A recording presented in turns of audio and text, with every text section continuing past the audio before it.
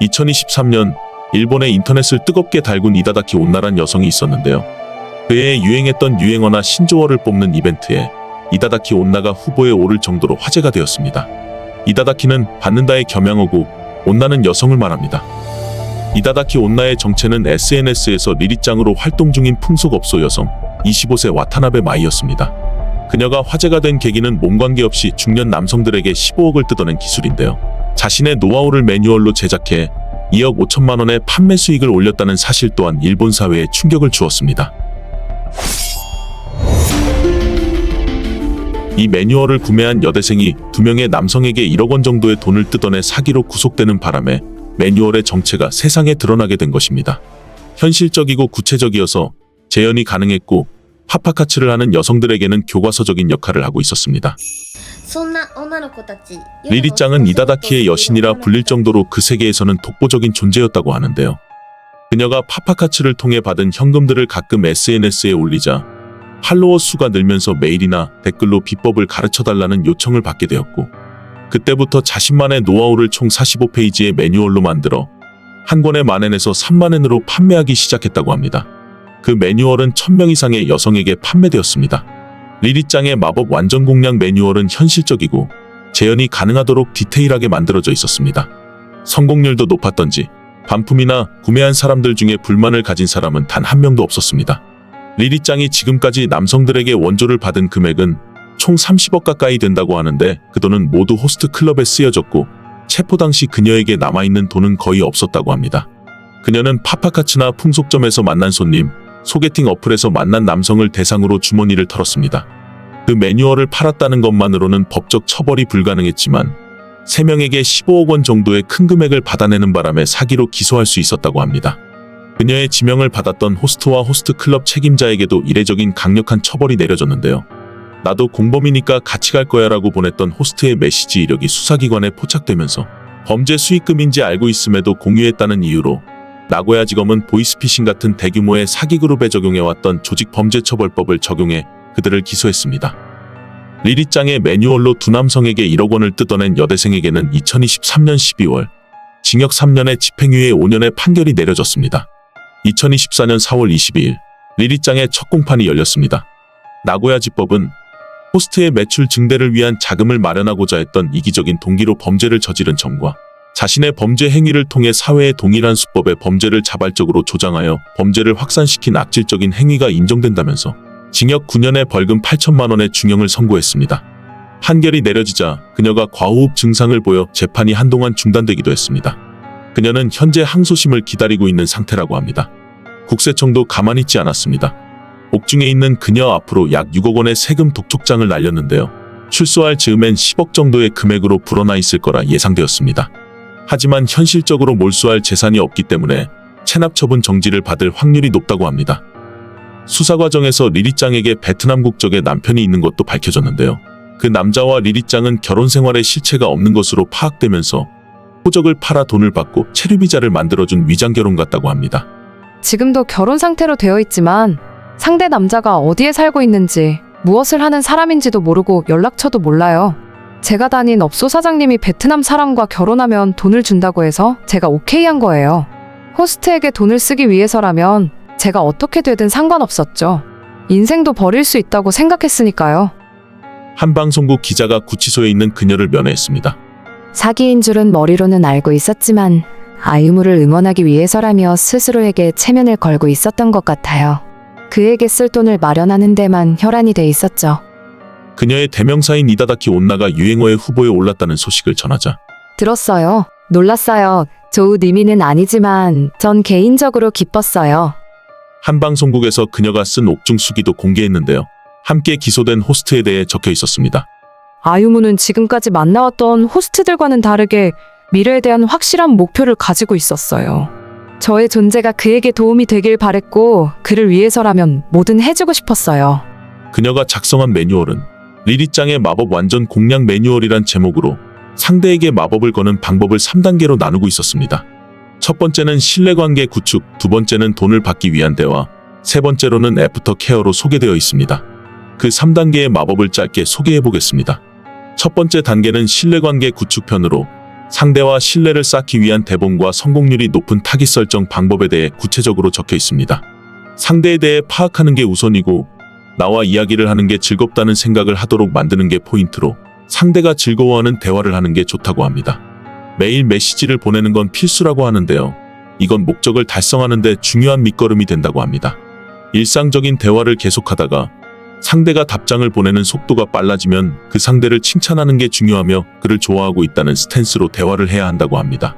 사귀고 있다는 것을 전제로 대화하면 누군가의 특별한 존재가 되어본 적이 없는 아저씨들은 환장할 거라 적혀 있습니다.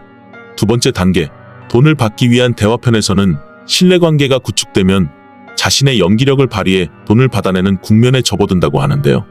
이 즈음에 갑자기 소식을 한번 끊어버리는 것으로 어떤 트러블에 휘말려 있다는 분위기를 풍기도록 해야 한다고 합니다.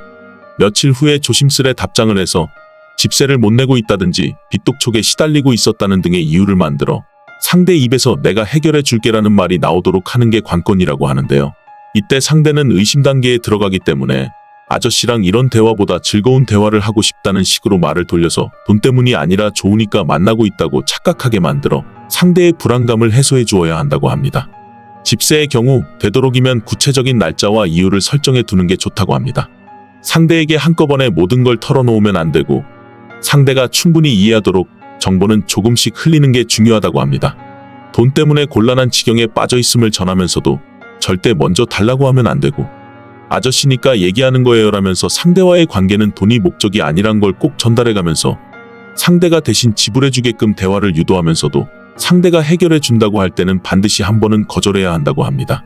이때 가장 중요한 건 아저씨에게 피해를 주는 거라면 차라리 급전이라도 빌려서 해결할 거라면서 현실적으로 해결책이 되지 않는 안이나 철딱선이 없어 보이는 안을 내놓아 상대가 기사도를 발휘하게 만들어야 된다고 합니다. 한 번에 받아낼 수 있는 한도액에 대해서는 욕심을 많이 내면 성공률이 낮다고 하며 상대가 돈 대신 변호사와 상담해보겠다라는 등의 다른 대안을 제시할 때를 대비해 설득력 있는 거짓말을 미리 준비해두는 게 좋다고 합니다. 세 번째, 애프터케어 편. 사후 트러블 방지와 두 번째 사이클에 들어가기 위한 필수 단계로 애프터케어는 상당히 중요하다고 합니다. 아저씨 덕분에 큰 도움이 되었다. 어디에 얼마를 썼으며 앞으로의 계획이나 당신의 도움이 없었다면 지금 나의 처지는 어떠어떠했을지 등을 전하고 둘의 장래를 예감하도록 만드는 듯한 내용도 전달해야 한다고 합니다. 이 행위는 상대의 만족감을 지속시키는 효과를 얻는다고 하네요. 이 일련의 과정이 성공하면 다시 처음으로 돌아가 아저씨가 나를 싫어하게 될까봐 말을 못했는 대로 시작해 같은 수법으로 돈을 뜯어낸 뒤 상대의 주머니가 바닥이 나면 서서히 끊어내는 것으로 마무리를 한다고 합니다. 성공률이 높은 상대에 대해서도 적혀 있었는데요. 친구가 별로 없고 고독한 사람, 특별한 취미가 없이 삶의 공허함을 느끼고 있는 사람, 타인에게 도움이 된 적이 없었던 사람, 연애 경험이 별로 없는 사람, 빚을 진 경험이 있고 돈 관리가 철저하지 못한 사람 등이 나열되어 있었습니다.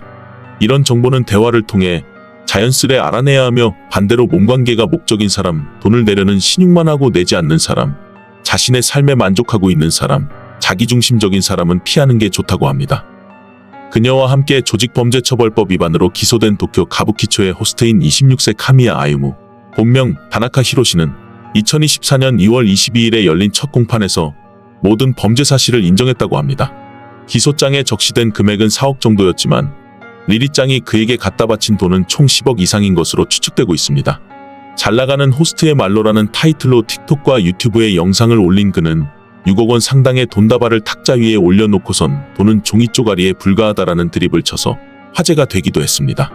3개월 전부터 지명을 해주는 여자가 있는데 생선 모양 주전자같이 생긴 애야. 원가 3만 원 정도로밖에 안 보이는데 1억 3천만 원 매상을 올려줬어. 그녀는 정말 마더 테레사 같은 여자야.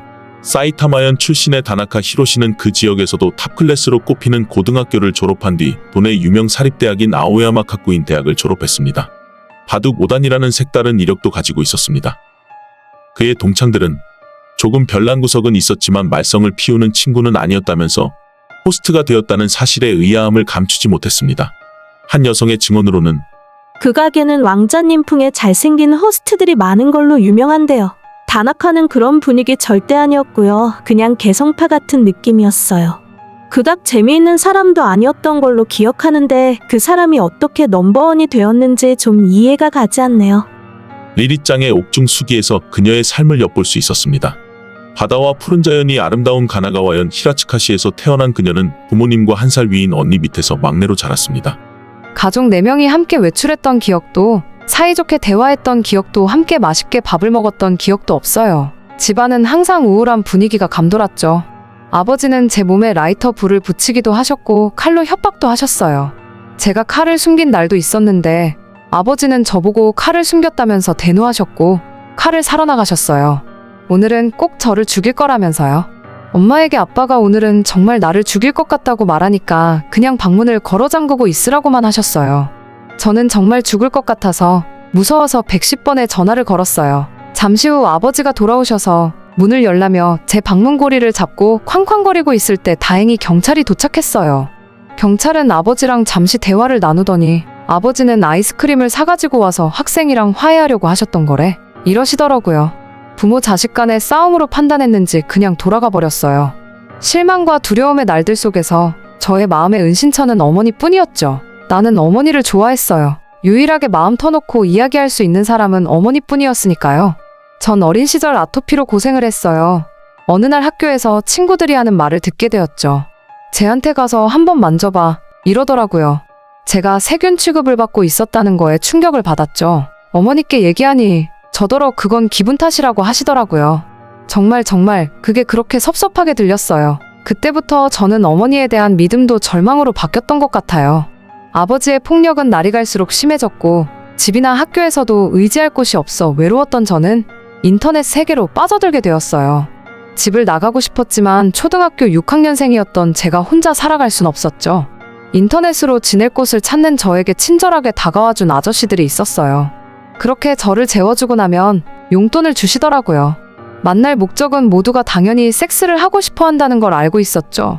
저 자신도 제 장점이 그것뿐이라는 걸 알고 있었기 때문에 괜찮다고 생각했었어요. 나와 잠자리를 하고 나면 상대가 기뻐하는 모습을 보니 나의 결점이 채워지는 기분이 들었어요. 정말 행복했어요. 내가 누군가에게 필요한 존재가 되었다는 생각이 들어 만족감을 느꼈고 제 자신의 존재감도 느끼게 되었던 것 같아요. 2017년 고등학교를 졸업하고 요코하마에 있는 전문학교에 진학했지만 중퇴를 하고 휴대폰 매장에서 알바를 하게 되었습니다. 어느 날 고등학교 선배로부터 풍속점에서 일해볼 것을 권유받은 그녀는 삶의 자극을 얻기 위해 선배의 제안을 받아들이게 됩니다.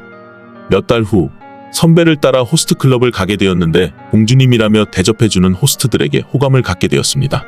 자기를 원하는 그들을 보며 삶의 의미를 찾았다고 합니다. 전 항상 어두웠고 남들과 어울리지 못하는 성격이에요. 하지만 호스트클럽에서 만난 남자들은 정말 밝았고 절 웃게 해줬어요. 그렇게 즐거운 경험은 태어나서 처음이었죠. 행복했어요. 삶의 의미를 찾은 것 같아서 정말 기분이 좋았고 제 인생이 구원받았다는 느낌이었어요. 호스트에게 몸과 마음을 허락하니 지출은 점점 늘어났고 매일 100만 원 정도가 술값으로 나갔다고 합니다. 20살이 되자 풍속점과 호스트클럽 출입도 접고 일반 직장으로 돌아왔지만 평범한 일상의 지루함을 느끼고 있을 때 마침 직장 선배가 가부키초에 있는 호스트클럽에 가자고 제안했다고 합니다. 그렇게 그녀는 가부키초 호스트클럽에 첫 발을 들이게 되었습니다. 이날 만난 호스트는 베개 영업을 하는 호스트였습니다. 그와 잠자리를 가진 그녀는 그 호스트가 설정한 매상 목표액을 맞춰주려고 다시 풍속점에 발을 들이게 됩니다. 大丈夫大丈夫大丈夫だよ